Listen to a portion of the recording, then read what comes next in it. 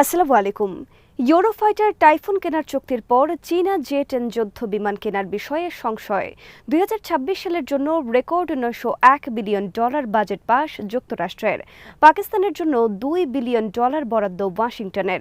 পশ্চিম তীরে আরও 7 শতাধিক অবৈধ বসতি স্থাপনের অনুমতি নেতানিয়াহু সরকারের। ক্রমে ছোট হয়ে আসছে জেলেনস্কির পৃথিবী। স্পার্টলি আইল্যান্ডকে শক্তিশালী সামরিক ঘাঁটিতে পরিণত করেছে চীন, হুমকি যুক্তরাষ্ট্রের জন্য। বিডিফিউজ ইনফোটেনমেন্টে স্বাগত জানাচ্ছি আমি ফাহাদিয়া মিতো। আজ জানাবো প্রতিরক্ষা সংক্রান্ত গুরুত্বপূর্ণ কিছু খবর। আবার আলোচনায় যুদ্ধ বিমান কেনার খবর। গত 9 ডিসেম্বর বাংলাদেশ বিমান বাহিনীর সদর দফতরে বাংলাদেশ ও ইতালির মধ্যে ইউরোফাইটার টাইফুন নামক যুদ্ধ বিমান কেনার প্রাথমিক চুক্তি স্বাক্ষরের পর নতুন করে এই আলোচনা শুরু হয়েছে। প্রতিরক্ষা সংক্রান্ত বিভিন্ন খবর ও সূত্র জানিয়েছে, বাংলাদেশ ইতালি থেকে ইউরোফাইটার টাইফুন কিনতে যাচ্ছে, এটা মোটামুটি নিশ্চিত। এই খবরের পর সংশয় দেখা দিয়েছে চীন থেকে জে-10C ফাইটার জেট কেনার বিষয়ে। অনেকের মনে প্রশ্ন জেগেছে, তাহলে কি চীন থেকে আলোচিত যুদ্ধ বিমান কেনা বাতিল হয়ে যাবে, নাকি বাংলাদেশ, চীন ও ইতালি উভয় দেশ থেকেই যুদ্ধ বিমান কিনবে? এ বিষয়ে যুক্তরাষ্ট্রের ডিফেন্স নিউজের খবরে বলা হয়েছে, বাংলাদেশ আধুনিক যুদ্ধ বিমান কিনতে যাচ্ছে। এক্ষেত্রে ইতালির ইউরোফাইটার টাইফুনের সাথে অন্যতম প্রতিদ্বন্দ্বী হল চীনের তৈরি জে-10C। ডিফেন্স নিউজের এই কথার অর্থ দাঁড়ায়, বাংলাদেশ, চীন অথবা ইতালি দুই দেশের যে কোনো এক দেশের বিমান কিনবে। বাংলাদেশেরও প্রতিরক্ষা সংক্রান্ত গুরুত্বপূর্ণ একটি ওয়েবসাইটের খবরে বলা হয়েছে, চীন থেকে $2.2 বিলিয়ন ব্যয়ে 20টি জে-10C ফাইটার জেট কেনার জন্য এপ্রিল মাসে একটি কমিটি গঠন করে দেওয়া হলেও এ বিষয়ে এখনও চীনকে কোনো ক্রয় অর্ডার দেয়নি। কোনো কোনো খবরে বলা হয়েছে, এই বিষয়ে চীনের সাথে আলোচনা চূড়ান্ত করে রাখা হয়েছে এবং পরবর্তী নির্বাচিত সরকার এটি ক্রয় আদেশ দেবে। এখানেই দেখা দিয়েছে সংশয়। অনেকের মতে, পরবর্তী নির্বাচিত সরকার ভারতের চাপের কাছে নতি স্বীকার করে চীন থেকে যুদ্ধ বিমান কেনা থেকে পিছিয়ে আসতে পারে। তবে প্রতিরক্ষা সংক্রান্ত অবহিত অনেকে বলেছেন, বাংলাদেশ, চীন ও ইতালি উভয় দেশ থেকেই যুদ্ধ বিমান কিনতে যাচ্ছে। অনেক সমর বিশ্লেষকদের মতে, বাংলাদেশের চীনা জে-10C এবং ইতালির ইউরোফাইটার টাইফুন উভয় যুদ্ধ বিমানই থাকা উচিত। এর সাথে অন্য দেশেরও শক্তিশালী যুদ্ধ বিমান দরকার। তাহলে বাংলাদেশের যারা শত্রু, তাদেরকে বহুমাত্রিক প্রস্তুতি নিতে হবে বাংলাদেশকে মোকাবেলায়। আর যেহেতু চীনা তৈরি বিমানের মাধ্যমে পাকিস্তান ভারতকে ধরাশায়ী করেছে, তাই বাংলাদেশের কাছেও চীনের শক্তিশালী যুদ্ধ বিমান থাকলে ভারত মানসিকভাবে দুর্বল অবস্থানে থাকবে।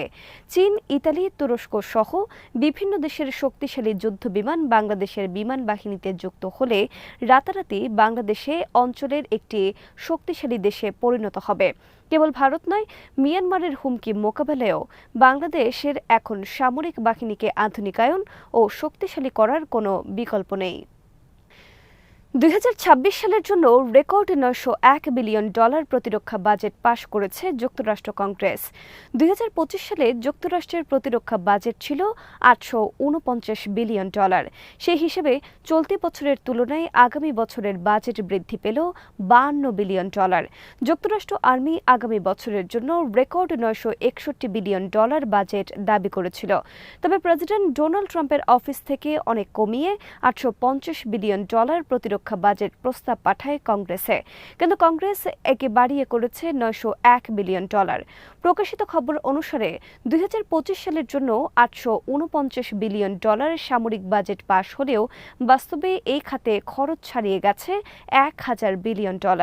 অপরদিকে চীন 2025 সালের জন্য $250 বিলিয়ন সামরিক বাজেট পাশ করলেও খরচ করেছে প্রায় $450 বিলিয়ন। 2026 সালের চীনা সামরিক বাজেটের পরিমাণ প্রকাশ করা হবে আগামী মার্চ মাসে। সামরিক বাজেটের দিক দিয়ে যুক্তরাষ্ট্রের পর চীনের অবস্থান। পশ্চিম তীরে আরও 746টি অবৈধ বসতি স্থাপনের অনুমতি দিয়েছে ইসরায়েল সরকার। আন্তর্জাতিক আইন ও বাধা উপেক্ষা করে বুধবার এই অনুমতি দিল নেতানিয়াহু সরকার। হাশমোনাইম, রামাল্লা সহ গোটা পশ্চিম তীর জুড়ে ইহুদিদের জন্য নির্মাণ করা হবে এসব বসতি।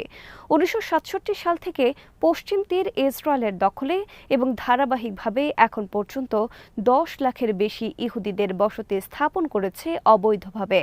এসব অবৈধ সেটেলারদের অধিকাংশই অস্ত্রধারী এবং ইসরায়েল আর্মি ও পুলিশের ছত্রছায়ায় তারা নিয়মিত হামলা ও উচ্ছেদ করছে ফিলিস্তিনিদেরকে তাদের বাড়িঘর ও জমিজমা থেকে। পশ্চিম তীরে বর্তমানে ফিলিস্তিনিদের সংখ্যা ২৬ থেকে ২৭ লাখ। ইসরায়েলের গণমাধ্যমের খবরে বলা হয়েছে, বর্তমান নেতানিয়াহু সরকার পশ্চিম তীরে মোট ৫১,৩৭০টি অবৈধ বসতি স্থাপন করেছে। ক্রমে ছোট হয়ে আসছে জেলেনস্কির পৃথিবী। রাশিয়ার তীব্র আক্রমণে অসহায় জেলেনস্কি প্রস্তাব দিয়েছেন জ্বালানি অবকাঠামোতে হামলা না করা বিষয়ে একটি যুদ্ধবিরতি কার্যকরের। জেলেনস্কি মস্কোতে পাঠানো এই প্রস্তাবে বলেছেন, রাশিয়া রাজি হলে আমরাও আর রাশিয়ার কোনো জ্বালানি অবকাঠামো লক্ষ্য করে হামলা চালাব না। তবে জেলেনস্কির এই প্রস্তাব প্রত্যাখ্যান করেছে মস্কো। ক্রেমলিন মুখপাত্র দিমিত্রি পেসকভ বুধবার সাংবাদিকদের বলেন, আমরা কোনো খণ্ডিত বা আংশিক যুদ্ধবিরতি চাই না, আমরা চাই স্থায়ী এবং আইনগতভাবে বৈধ একটি যুদ্ধবিরতি। এদিকে যুক্তরাষ্ট্রের প্রেসিডেন্ট ডোনাল্ড ট্রাম্প বলেছেন, জেলেনস্কির উচিত তার ২৮ দফা শান্তি প্রস্তাব মেনে নেওয়া। ট্রাম্প বলেন, ইউক্রেন এই যুদ্ধে জিততে পারবে না, বরং যত দেরি হবে তত তারা ভূমি হারাবে এবং আলোচনার টেবিলে রাশিয়ার অবস্থান শক্তিশালী হবে। জেলেনস্কির উচিত বাস্তবতা মেনে নেওয়া। ট্রাম্প বলেন, জেলেনস্কির উচিত দ্রুত দেশের নির্বাচন দেওয়া। তিনি একজন অনির্বাচিত প্রেসিডেন্ট। গত মে মাসে জেলেনস্কির মেয়াদ শেষ হয়েছে প্রেসিডেন্ট হিসেবে। বর্তমানে তিনি জরুরি অবস্থা জারি করে ক্ষমতা ধরে রেখেছেন। রাশিয়া তাকে ইউক্রেনের অবৈধ শাসক হিসেবে আখ্যায়িত করে তার সাথে কোনো ধরনের শান্তি চুক্তি করতে অস্বীকৃতি জানিয়েছে। দক্ষিণ চীন সাগরে ইলেকট্রোম্যাগনেটিক কিল জোন তৈরি করছে চীন। মোবাইল জ্যামার এবং শিপবর্ন কিল ওয়েভ এই অঞ্চলে যুক্তরাষ্ট্রের সামরিক আধিপত্য জাহিরের ক্ষেত্রে বড় ধরনের বিপদ ডেকে আনতে যাচ্ছে।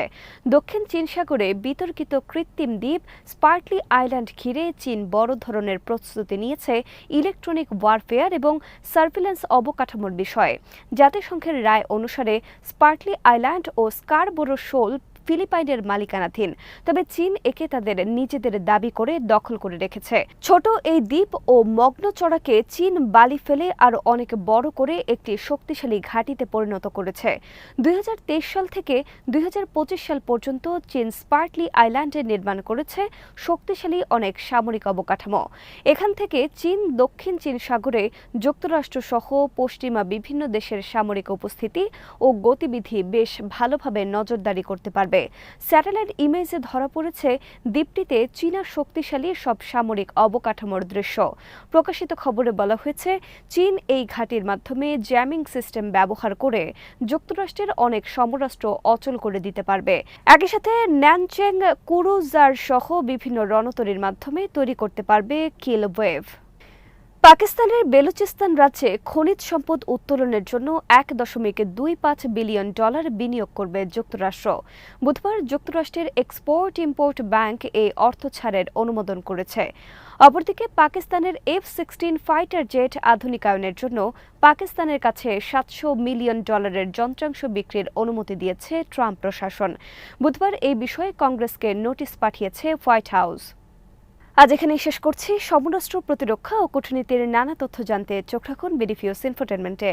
চ্যানেলটি ভালো লাগলে সাবস্ক্রাইব করুন, সংযুক্ত থাকুন আমাদের ফেসবুক পেজে। আল্লাহ হাফেজ।